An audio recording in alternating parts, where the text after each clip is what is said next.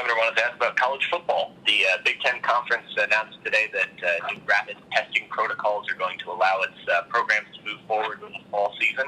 There's a group of USC players who support doing the same thing in the Pac-12. They sent you a letter noting that the conference has a similar partnership for rapid testing, but state guidance prohibits teams from practicing in groups of more than a dozen, which obviously makes football impossible. Is that rapid testing agreement enough to safely bring back college football in California this fall, or is there more that you would still want to see done before you support it? Well, we put out guidelines a month or so ago, and we aligned them. We worked with the NC2A, and we aligned them with the NC2A. There's nothing in the state guidelines that denies the Pac-12 from having conference games. There's nothing in our guidelines the state put out that denies these games from occurring. We put out very, I thought, thoughtful guidelines, and again, partnership with the NC2A about cohorting during workouts and practices.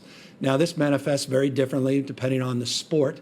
Basketball, cohorting of up to 12, maybe a little easier than football up to 12, but offensive teams, defensive teams are able to coordinate and practice and the like. And so I want to make this crystal clear.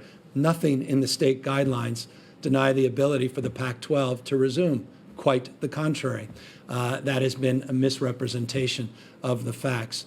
But what is accurate, and I appreciate the frame of your question, that the NC2A has made progress. Pac-10, which will be resuming, at least based on their announcement on October 23rd, they've made a lot of progress on testing. That was one of the foundational principles that we put forward with our guidance. A lot of antigen tests. We also need some PCR tests, and we are working with the not only NC2A but with Pac-12 in this space. I talked to Larry Scott about 2 hours ago, and so we're committed to working with the Pac-12, working with the NC2A to keep our kids safe, to keep our coaches safe, to keep the coaching staff and friends and families safe, and to keep the larger campus community safe. Remember, these are student athletes. They're not isolated in a bubble as some of our NBA superstars are.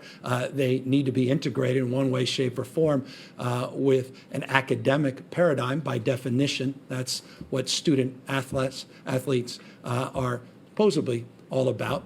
That's a deeper issue for all of us, is to make sure that the academic rigor is such that we're doing justice to that paradigm and principle. But nonetheless, there's nothing in those state guidelines to deny these games from resuming. So once again, look forward to working as we have been in a constructive dialogue with the Pac-12 and NC2A on testing issues. Again, good progress in that space. And as it relates to cohorting, we are certainly willing to engage and have now engaged the Pac-12 in that discussion as well.